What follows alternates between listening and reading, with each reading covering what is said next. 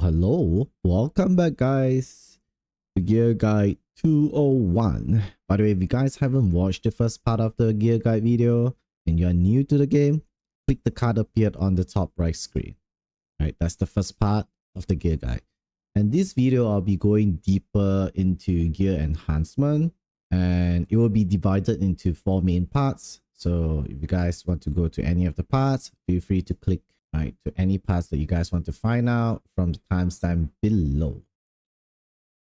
The first part will be common mistakes when it comes to gear enhancement. And the first point will be simple selection auto sell. I mean, a lot of us are kind of lazy when we have been farming gears for 2 days from the buff hunt event. We have like 10,000 gears in our inventory. And we're so lazy to sort it out. And what we do? Simple selection auto sell. It is very convenient, not gonna lie. It's one of the best QOL that the game added. But simple selection might sometimes sell some gears that you can cope with if you actually roll high, or we actually get like quad roll or penta roll on them. So do take some time to sort out your equipment. It only takes like probably a couple more minutes. All right, open inverted comma, couple more minutes for sure. And these are some examples of gears that I would have sold if I used the simple selection auto sell. All right, first, an example would be this sword. It can be good for bruisers that need immunity if you roll high and you dodge stats like the flat health. At the end of the day, rolling gears are it's sort of like gambling, right? The more you gamble, the more chance you're gonna get better gear. So this sword can be coped if you actually roll high on them. And if you roll low, I mean, just trash it and get back your powders. And next, look at this gear. This is actually pretty good for Tank and Soul Weaver. Right, as Tank and Soul Weaver don't really need extremely high equipment score gear on them, and you might miss out some piece like this. It is actually kind of good gear if you actually dodge like effectiveness, or if you dodge like FRES, you can go, you can use it on some high effectiveness units, such as like slower debuffer or stuff like that, like AOL, that you will build like super tanky 210 plus speed with like super high effectiveness. So it's actually a pretty good gear. And this last example would be a speed boost. And since like most of the time when we are using simple selection auto sell, we tend to take the get rid of the gear that doesn't have speed substats. And speed substats, speed gear doesn't have that on their substats, right? And look at this gear. Even though it's a purple gear, you can always fish for high roll, on the attack and the crit chance, and it might turn out to be pretty decent gear. And since it's a right side gear, sometimes we just have to cope. We don't need, usable. If it's usable, we use it, because right side gears are kind of hard to come by unless you're gonna craft it with your blue chest. Next, tunnel vision. When it comes to gear enhancing, a lot of time, even like mid-game players, they do have tunnel vision because we're just too excited. We got a new ML5 or a new meta breaking units that we just summon, and we don't have existing gear for them. So we tend to like, oh shit, gee, I just want to gear him up like ASAP, right? But remember this, let the gear choose its unit, not the other way around. Because sometimes you might roll something really good, but it doesn't feel it just doesn't fit the new units that you wanted to gear. It might be a unit that you have not acquired yet.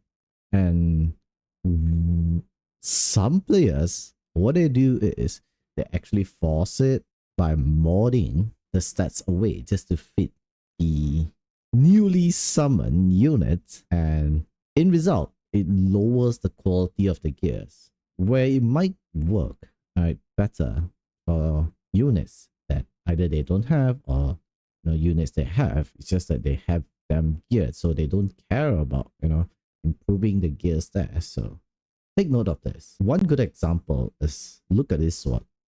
It has effectiveness there, and it rolled twice than that.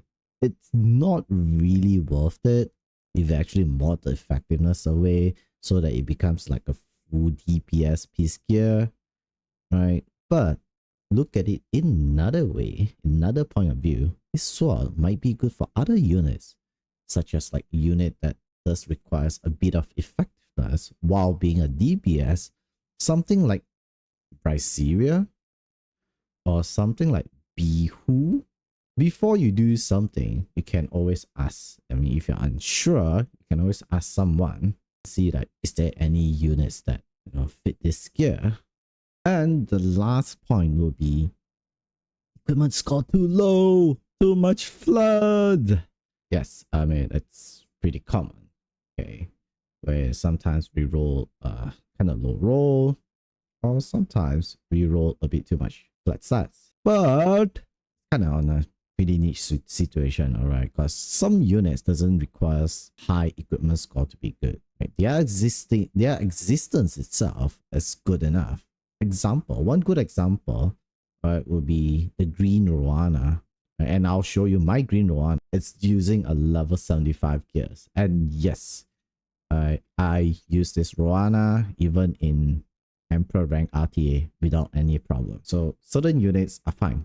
Their existence is good enough with decent stats. Next, some units do excel in flat stats because they don't need a lot of other stats for the kit to work. One of the good examples would be like Midnight Gala Lilias, where she only requires speed, attack, crit damage. Definitely some of them, they say that you build effect resistance on it. That's just a luxury stats, I would say. Like her main stats, you just need attack speed and crit damage. That's all. So flat attack is actually really, really good on her. And another example would be Crimson Almond.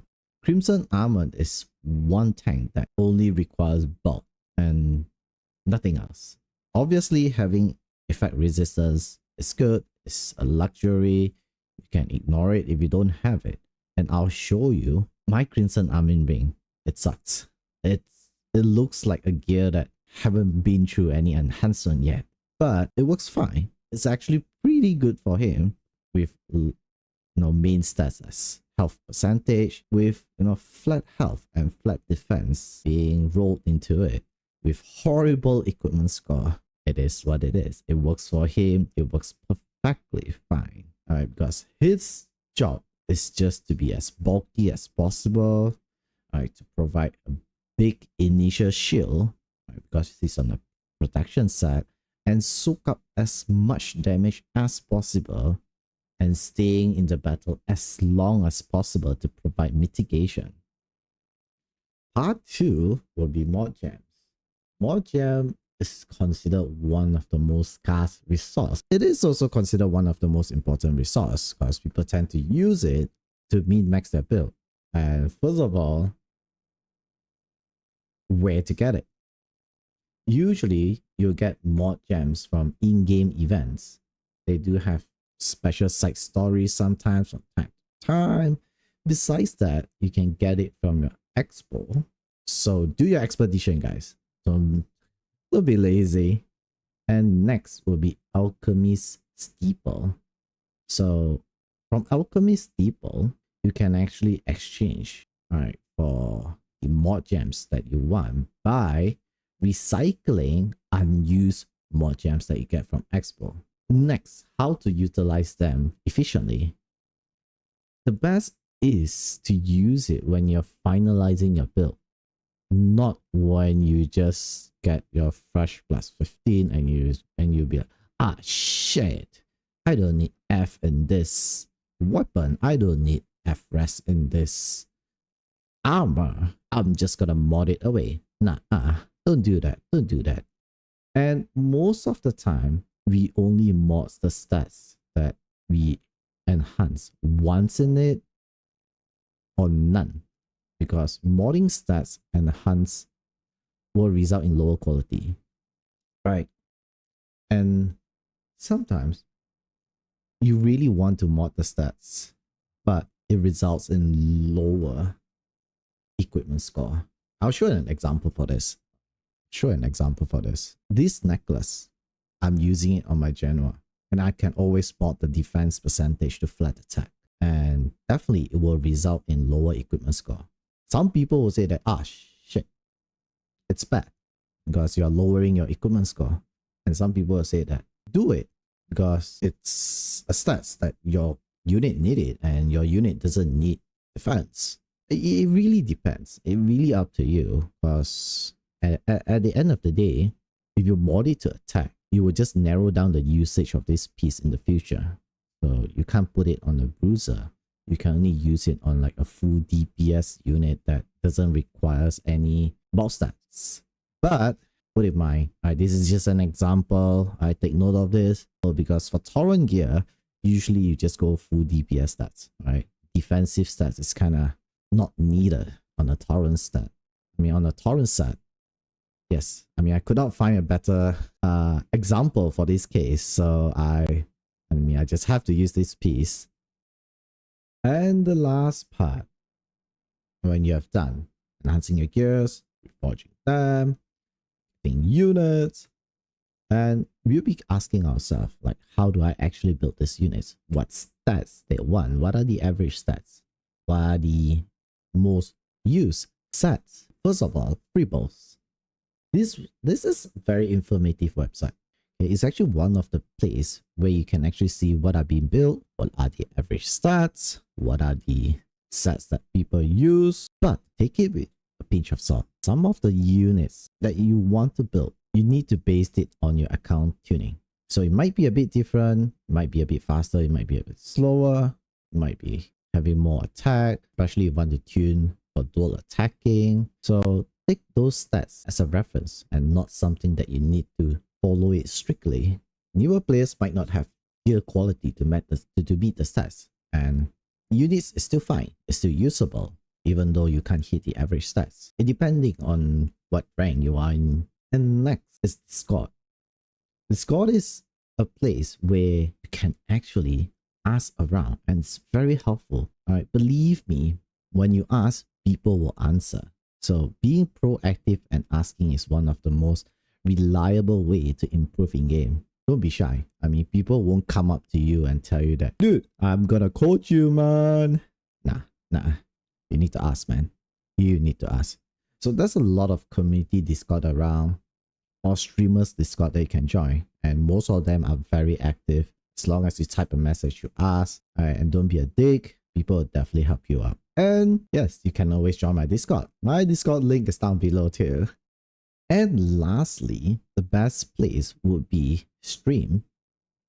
You can actually tune in to streamers on YouTube or on Twitch, and it's the best place to learn from experienced players on the spot, because you are able to you're able to ask questions and being answered on the spot. You don't have to wait for 2 hours like leaving a comment in YouTube for the content creator to answer you, because they might be busy or they might be sleeping.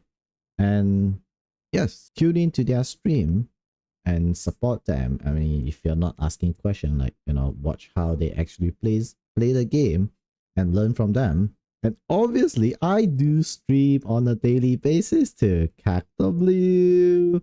Alright, and my Twitch link is down below. So besides me, definitely there's a lot of other streamers who are really experienced in the game, and they are way better than me. Don't worry about it. And yes, that's all for the Gear Guide 201. Thanks for tuning in, and one last advice. Gear, it's definitely important, but drafting and decision making in RTA is way more important. Alright, and good luck in your gear roll, and definitely back harder, guys. Back harder, boys.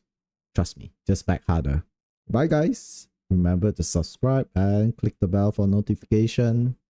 Bye bye.